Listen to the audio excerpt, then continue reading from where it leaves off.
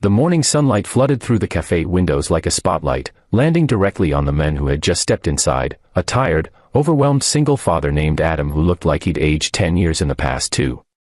His shirt was wrinkled, his eyes carried a permanent heaviness, and yet something in his posture revealed a man desperately trying to keep going for the sake of the little boy waiting for him at home. He didn't expect today to be different from any other day, but fate had a way of surprising people when they least expected it. And it started with what he thought was an innocent favor from a friend, that turned out to be something far more complicated.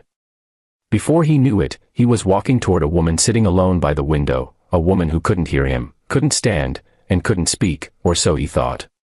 Little did he know, the moment he reached her table would change him forever.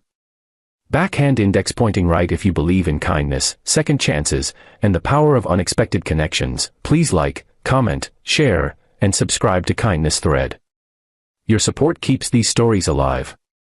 Adam wasn't the type of man who enjoyed surprises, especially after the year he'd had.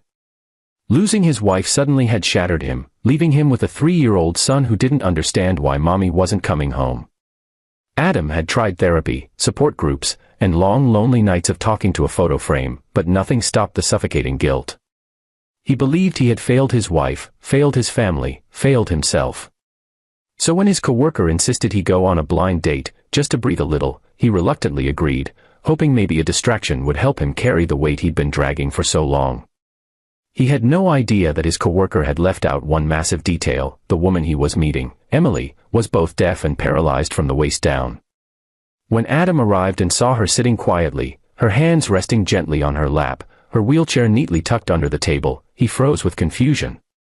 For a moment he wondered if he had walked to the wrong table. But then she lifted her eyes toward him, soft, thoughtful eyes that seemed to already know he was the man she was waiting for. Adam felt heat rush to his cheeks, embarrassment mixing with anger. He felt tricked, misled, forced into a situation he hadn't prepared himself for, and he didn't want to offend her by walking out. So he sat down stiffly, unsure of what to do or say, unsure even if words mattered to someone who couldn't hear them. Emily didn't look bothered by his awkwardness. She simply smiled, a small, gentle smile that somehow made the noise in his mind quiet down. She wrote on a small slate she carried with her, explaining that she knew he hadn't been told about her condition and that she understood if he wanted to leave. The kindness in her message only made Adam feel worse. He stayed, partly out of guilt, partly out of curiosity, and partly because something inside him told him it was the right thing to do. Minutes turned into an hour. Adam found himself talking, not because Emily pushed him to, but because she listened, even without hearing. She watched him carefully, nodding, smiling, responding with short written notes that were surprisingly insightful. He told her things he hadn't told anyone in months. Something about her presence felt safe, unjudging, warm in a way he hadn't felt since before his wife passed. Still, he couldn't shake off the feeling that he shouldn't be there. That he didn't deserve a moment of peace when his heart was still so damaged. And definitely not with someone who had suffered far more physically than he ever had emotionally. Yet Emily wasn't fragile the way he expected. Even without her voice, she communicated strength. She told him through her writing how she had lost her ability to walk after an accident, how she had been learning sign language again after complications took her hearing, and how she refused to let life end just because it had changed. She told him suffering didn't break people, giving up did. And Adam felt emotions stirring inside him that he hadn't felt in years. The more she shared, the more ashamed he felt of judging her so quickly. He realized he wasn't the only one fighting unseen battles. As the date neared its end, heavy raindrops began tapping against the cafe windows. Adam stood to help Emily leave, unsure if she even needed his help, but offering seemed natural. When he reached for her wheelchair handles, Emily lifted her hand weakly, signaling for him to wait. She looked nervous, a different kind of nervous than she'd shown earlier. Her fingers trembled slightly as she placed a hand gently over her throat, as if gearing herself up for something painful, something scary. Then, with a strain that made Adam's heart drop, Emily pushed out a broken, fragile sound, a whisper so faint he almost missed it. "Thank you." Adam froze. His eyes widened, and for a moment he couldn't breathe. She wasn't supposed to be able to talk.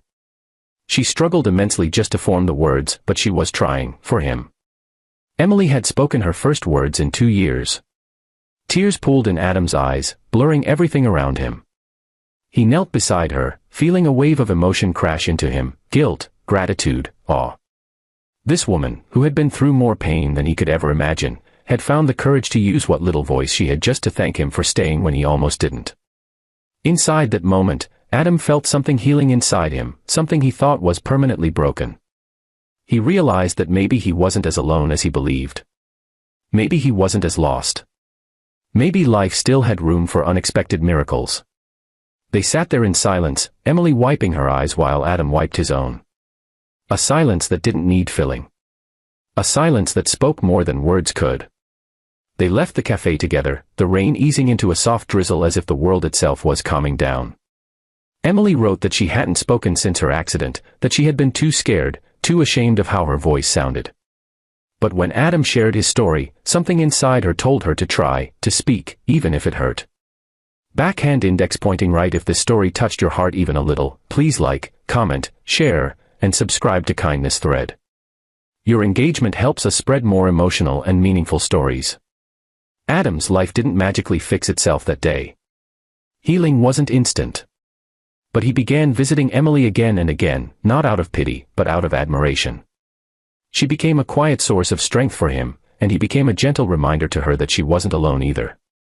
Together, they learned that sometimes the most unexpected people can help rebuild the parts of us we thought were gone forever. Speech balloon. Before you go, tell us in the comments, what part of the story touched your heart the most? And so, under a soft gray sky and a world that moved a little slower than usual, a single dad and a broken girl found something neither of them thought they'd feel again: hope. No, no te la tomaste. ¿No hay nadie de acá? Capaz algún que otro follow de gente muy muy random. Pero después, la mayoría siempre vuelve. 50 minutos de 52. Católica ganando 1-0 en la Boca. Y Católica tiene que ganar también. Para el desborde. Amaga, quiere meter el centro. No, mirá. Se viene la contra de Boca. La tiene Aranda. Va saliendo Aranda. Tommy Aranda. Se viene la contra. Sabino Velasco. Buen corte. Ahora, Valencia.